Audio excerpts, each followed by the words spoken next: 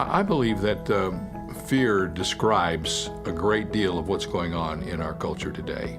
And it shows up in places where you wouldn't necessarily say, oh, that's fear. Depression is a kind of fear. And there just seem to be an awful lot of fearful people. And I do believe we're in a culture of fear.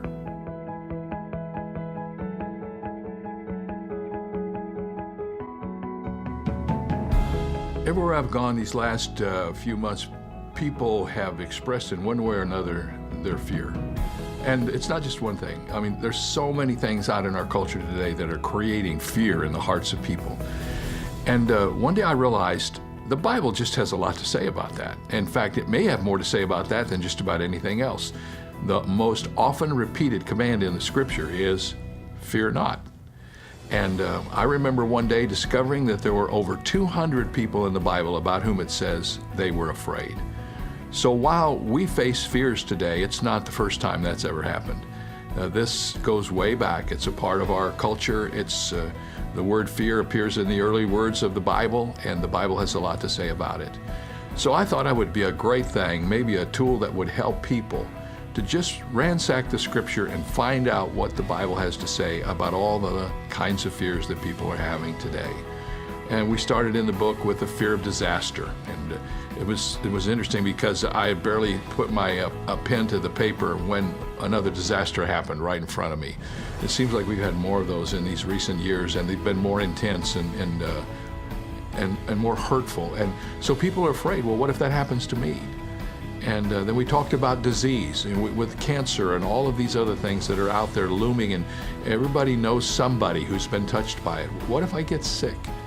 And what if I lose all my money? What if I go into debt and I can't get out? All of these things which haunt the hearts of people. And the Bible, interestingly enough, almost has a poster child for every one of these fears. For instance, there's a lot of people are afraid of depression, and there's Job. A lot of people who are afraid of disease, and there's Hezekiah. People are afraid of rejection, and there's Peter. And you just go through the Scripture, and there's somebody who illustrates how they dealt with fear. And so as I wrote this book, I wanted to bring all this together and tell their story, so that by telling their story, maybe their story would encourage people who are afraid. And I believe we've been able to do that, and we're praying God will use it.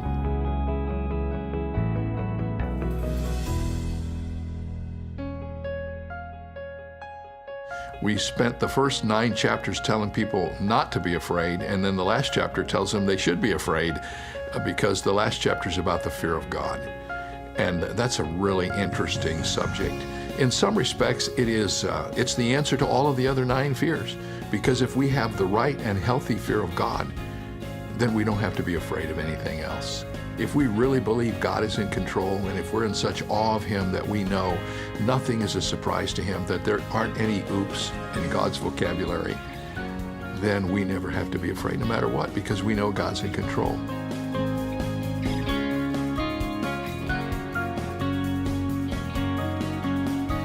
My prayer is that as people read this book and they identify with the people from the Bible in this book who overcame their fears and faced them honestly, that they'll have a sense of victory in their life, and that they can put some of those fears on the shelf and get on and live for God.